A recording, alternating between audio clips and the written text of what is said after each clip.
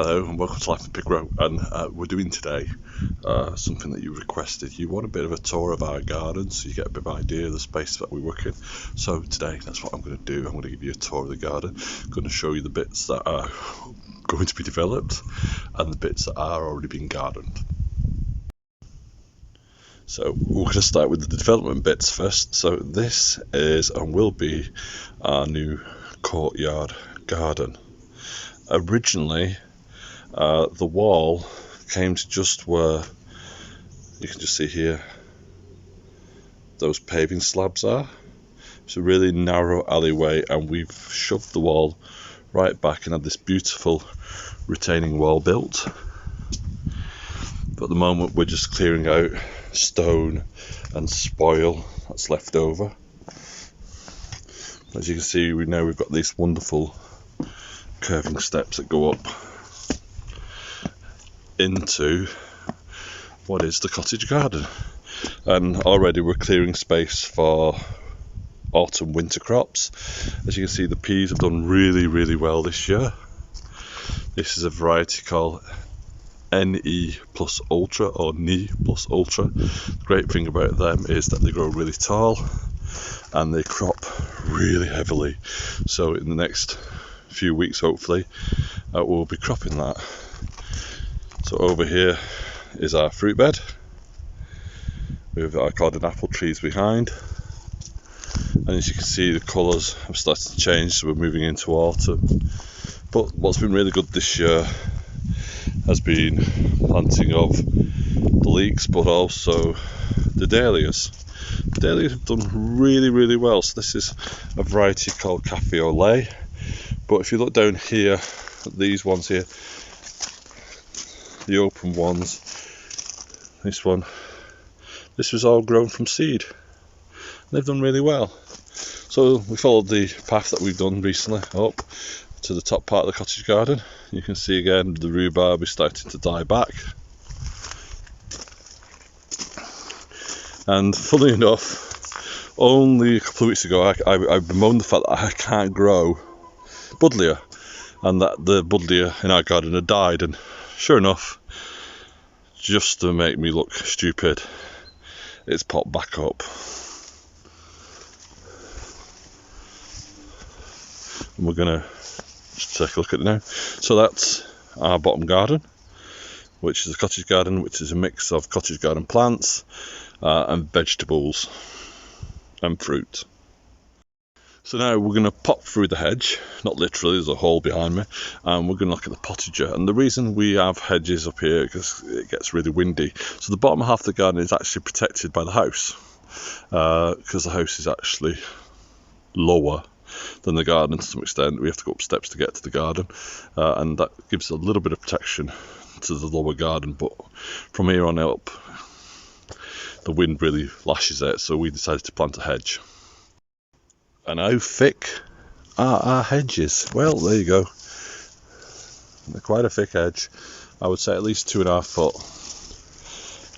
And it really protects it. And then we come into the potager. And in here is obviously where our main rhubarb is. We've grown carrots in tyres this year. The great thing about that is we've lined the tyres first and then we planted into them, and the carrots are doing really well. Again, we've been using tyres to plant herbs into, again lined. We bring our gooseberries into this area because the gooseberries do better up here and they tend not to get attacked, and again they're in pots. And we come to our raised beds, and it's kind of telling you we're coming to the end of the year, because what's been left, for example, this is salad, it's gone to seed.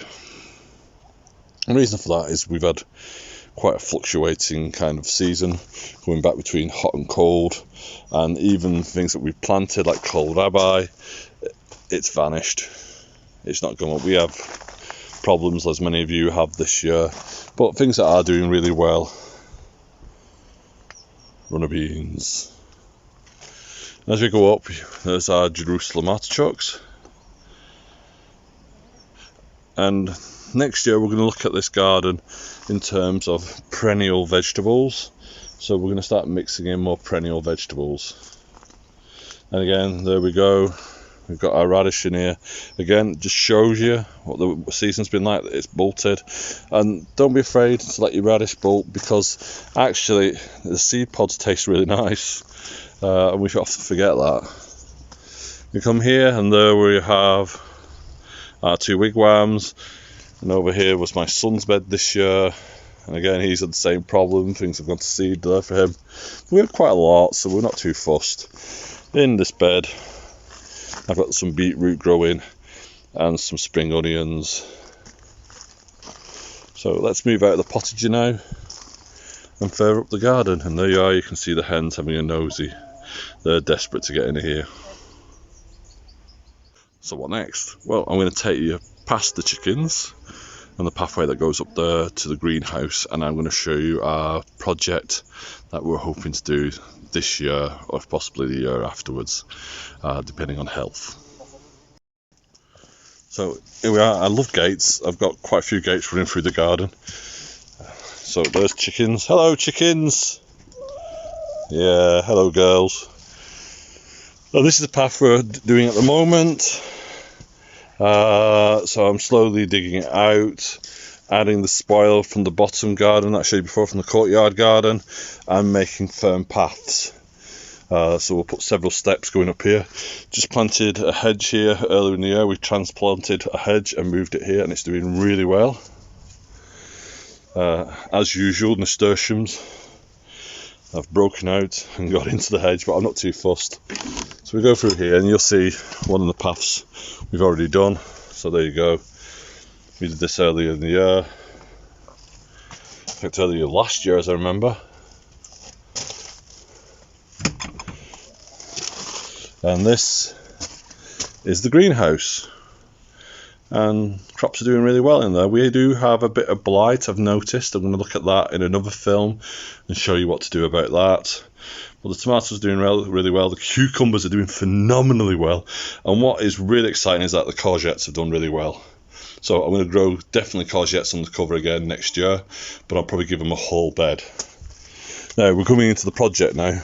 So wood's been really expensive this year, so we had to kind of hold back on what we wanted to do. This bed's just one big wide open bed, and what I want to do is put raised bed in here with a bench, hopefully, or a bench or a seat, and that'll be one huge bed. But I want it raised because it warms up quicker. And there you go, there's our hedges. In need of a prune. We're coming to that part of the year where we could prune them. And again, just showing you don't need expensive gadgets to do what you need to do. This is one of my potting benches. It's an old shed door on a couple of trestles, and there's some of my replacement veg that I've got in here, and also some flowers. So that's that for that part. Now let's look at something that truly is going to be a big project for us. So through we go, and in to an area that we've referred to in the past when we were growing as the field, and at the moment it's a bit of a dumping ground because there's the shed. We've had that shed about 10 years, and unfortunately it's come to the end of its life and it is collapsing, but I am going to recycle it. I'm going to show you how to cut down a larger shed into a smaller shed and how to use it. So at the moment, you can see we're going through all the rubble, all the stuff that's been left in there, finding stuff that we forgot. And what the plan is here is, I'll take you up, and I don't know if you can see it. So one of them's fallen over, so it's been knocked over. So as you can see, we have some canes here, and basically what I would like to do here is put a dry stone wall going straight across and replace the shed with another greenhouse, and that will become a veg plot. So I'm not about putting a new fence to follow on from the other one down there, but I'm going to put a gate on there and instead put some posts in and have roses growing up, which I think would be nice.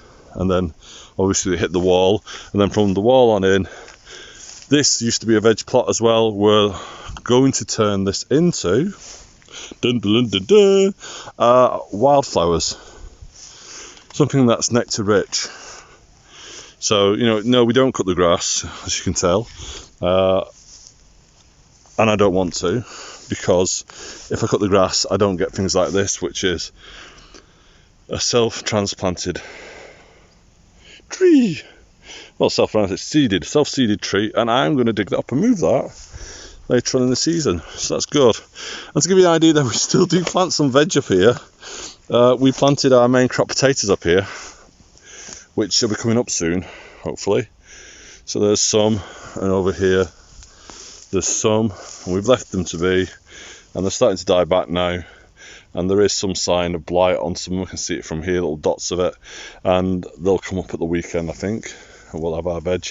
And there you can see is our mixed hedge, and that's hawthorn, hornbeam, hazel and sloe that's in that hedge, and that's just recently been pruned on our side. I'm going to go around to my neighbour's side and finish it off. But this hedge, when we took it over, it was already in the garden. It was really, really leggy, and we cut it back hard, and it's really responded to it, and it's lovely and thick all the way down now.